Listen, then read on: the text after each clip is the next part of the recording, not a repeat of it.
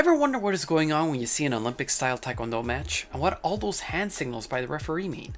Well, today we're going to be going through all the basic rules and regulations to aid you in your journey of whether you'd like to be a more knowledgeable spectator of Taekwondo, or if you'd like to become a Taekwondo referee yourself.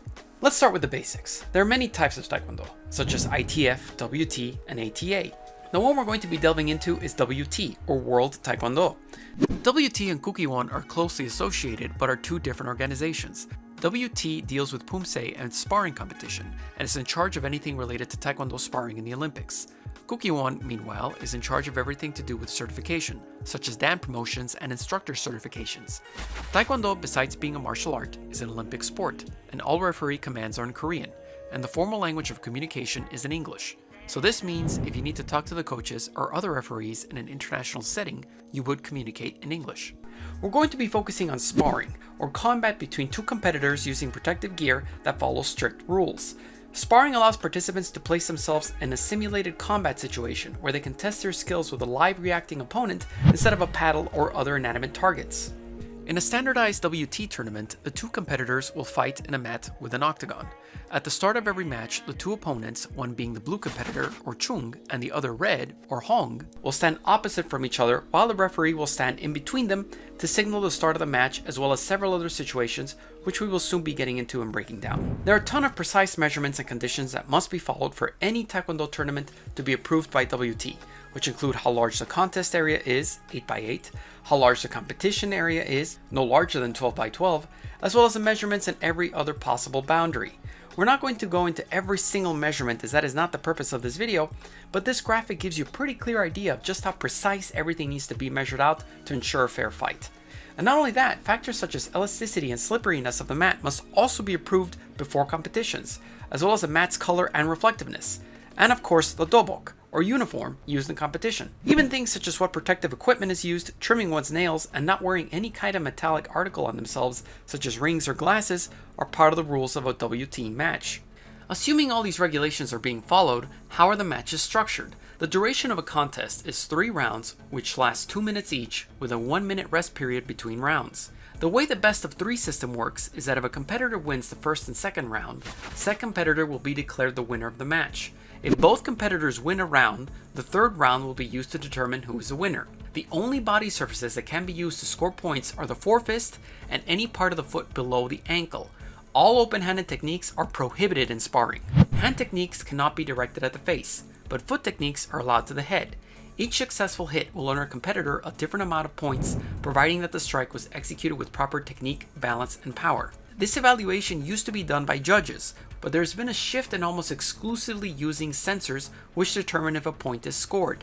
Returning to the point system, competitors will receive 1 point for a valid punch to the trunk or chest protector, 2 points for a valid kick to the chest protector, 4 points for a valid turning kick to the chest protector, 3 points for a valid kick to the head, 5 points for a valid turning kick to the head, 1 point awarded to the opposing contestant for every gamjum. And what is a gamjum? That is a Korean term for deduction penalty in Taekwondo. The two major ones being punching the face or kicking below the waist. Others include falling down, avoiding the match, grabbing or pushing the opponent, or attacking with the knee. Basically, these rules are put into place so the match doesn't suddenly turn into a boxing match, a judo match, or a Muay Thai match, each of which have their own completely different set of rules to represent their martial arts.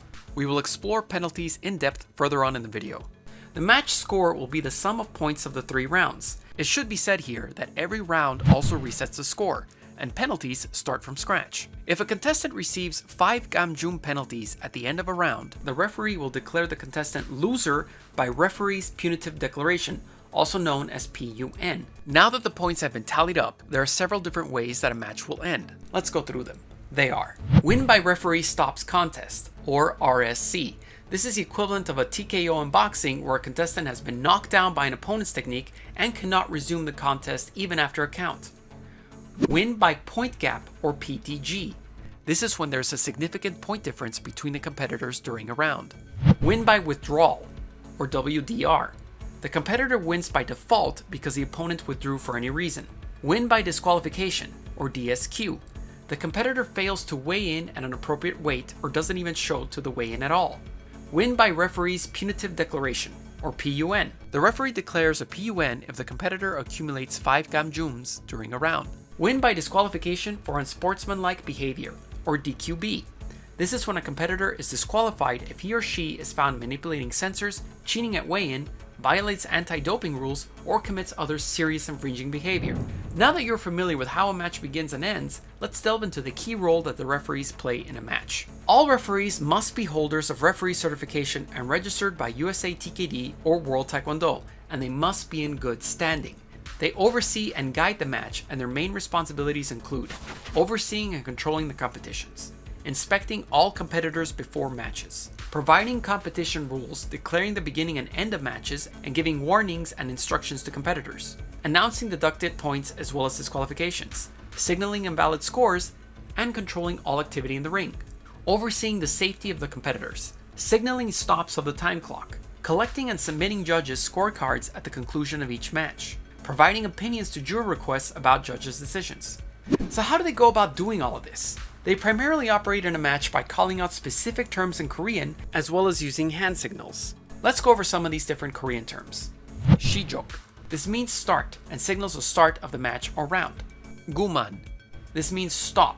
The command is used to stop the match or round, usually at the end, or if the referee needs to intervene for any reason. Galyo. This means to take a break or separate. This is used in case the referee needs to stop the match to separate the fighters if they are clinching or are too close to one another for fighting to take place. Gaisuk. This means continue. It's used by the referee to pick up a match after a brief pause, typically after galyo. As mentioned earlier, they are also responsible for calling the winner and loser, deducting points and penalties. Referees' declarations are made after results are confirmed. Being a referee also gives you the right to make decisions independently as long as they're going by the rules. If you've seen referees during a Taekwondo match, you will undoubtedly see them use these various hand signals throughout the course of a match. In order to help you visualize the flow of these hand signals, we will now go through them with a hypothetical match between two opponents. At the start of the match, the referee calls the contestants by extending their index fingers of both hands, and then spread their arms outwards towards each contestant's starting marks. First they call blue, Cheung, and then they call red, Hong. After this, the referee will call the contestants to attention by saying Charyut, which means attention, while lifting both hands to face height with palms facing toward each other. He or she will then have the competitors bow to each other by saying Kyongye, which means bow, as they mimic this movement by lowering their palms to the floor so that their fingertips are almost touching and their hands are in front of their chest. The referee will then have the competitors adopt fighting stances by calling Chumbi, which means ready, as he steps into a front stance and drops his right hand between the chests of the competitors in a knife hand position. His left hand will be in a fist and held down at his side. The referee will then start the match by drawing back his lead foot as he brings both hands together in front of him with the palms facing one another. As he does this, he will exclaim Shijok, which means begin. So let's say they begin fighting, and one of the hogus or chest protectors starts to fall off. If this were to happen, the referee will then stop the match by dropping his right hand between the contestant in a knife hand position and will say Galyo, which means break. If you've noticed, virtually all of the referee's actions begin with dropping their hand in between both opponents. This is crucial as it is readily visible by the spectators and especially by the competitors, who need a clear indicator that the match has been stopped for whatever reason. As a matter of fact, when galyo is called, the referee must take special care in calling it at the same time he or she is performing the hand signal for it. This is because the fight is officially stopped not when the referee says galyo, but when the referee's hand is down. This is doubly important as many tournaments have access to IVR, or instant video replay or review, and this can be used by coaches and or referees to check and see if head kicks or penalties are valid. In this hypothetical fight, if the round were to end, the referee will indicate this by saying gumun, or stop. He then brings his two hands together, held like fists, and separates them, indicating each competitor to go back to their side. The next round begins after the referee calls him back to the mat. So let's say that one of the opponents scores a devastating technique, sending the other opponent to the floor. At this point, the referee will move to the down competitor and begin his 10-second count by counting from hana to yor, or 1 to 10, in 1-second intervals extending one finger at a time.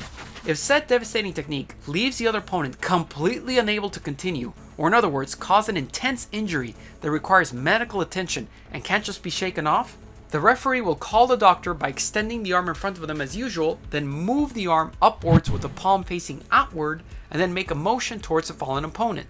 Furthermore, in case this medical assessment or medical treatment needs to be interrupted for any reason, the referee may do so by crossing both index fingers before his face as he says "shigan" or "timeout." And to be clear, when counting to 10 in case of a knockdown and the competitor can continue, the referee will stop at 8 and continue the round. However, if said count reaches 10, the match will automatically be over. But in this hypothetical match, the opponent recovers and tries to distance himself too much and crosses a boundary line. In this case, the referee will raise their hand, extend an index finger, cross it to their shoulder, point to the competitor who did the crossing, and then flip their hand upside down. At this point, the referee first performed the hand signal to indicate a penalty, or gamjum, and the hand signal that followed indicated the exact penalty that happened. This is a signaling structure that follows every penalty issued in Taekwondo. In Taekwondo, the only penalty is a gamjum, but there are several different ways in which one can occur. We'll be going through them as we continue our hypothetical match. But now that the opponent is feeling off, he doesn't want to attack, and the other one doesn't want to either, as he's in the lead and wants to play it safe. This leads to a situation where both fighters aren't doing anything. What is going on at this point is that the competitors are avoiding or delaying the match.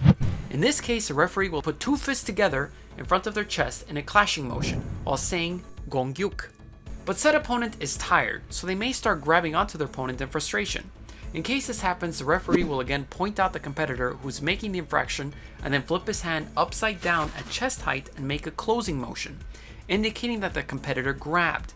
The same would happen if an opponent starts pushing the other. In this case, the referee will indicate the violation by doing a simple pushing motion at chest height and again issue a penalty. If said opponent starts attacking below the waist, the referee will call it out with the same index pointing maneuver and then ending it by curving their hand and placing it right above their thigh. If the referee would have to pause said match with a kallyo and one of the opponents still attacks, then he or she would have to call this out by signaling who the offender was and then mark an X using the forearms. The referee adds a small kick to the signal if a competitor attacks a fallen opponent. By the same token, if an opponent throws a punch to the head, the referee calls it out by signaling the offender and very intuitively places a fist on the right cheek, indicating the illegal contact. If said illegal contact was something else, like attacking with the knee, the referee will call it out with its appropriate hand signal. In this case, it would be to tap the knee. If there is a misconduct of any kind, the sign is very similar, but in this case, the referee puts a finger to their mouth. If there is an invalidation in the match, the referee will raise their hand up in the air above their head with palm facing out, move it to their right, then move it to their left, and then bring it back to above their forehead. Returning to our hypothetical match, one of the opponents wins. Now the referee will declare the winner. If the winner was blue, the referee will extend their right arm upward at a 45-degree angle with their hand palm up in a knife hand position and will say Cheung Song, or blue wins. If red wins, the referee will raise their left hand in the same manner and say Hong Song, or red wins. These are all the main hand signals that a referee can call and covers all their main duties as well. So when you put it all together, you will usually see a referee moving around the match and calling multiple signs at a time, sometimes within seconds, and sometimes very few at all. It all depends on the competitors and what is happening during the match. That is why it is so important that the referees be trained to the most up-to-date procedures and practice, and why there is an entire governing body around the referees known as the USA Taekwondo Referee Committee, with Leslie Cheung as the Kyoryugi team captain. And fun fact, I was lucky enough to be trained by Leslie during my time at USC with my main instructor Spiropoulos Spears, who tested me for my first and second Dan black belt. I hope this guide serves you well, and if you have any other questions, feel free to leave them in the comments, and you can also head on over to the site listed in the description as it contains a wealth of information on Taekwondo and how to apply to be a referee.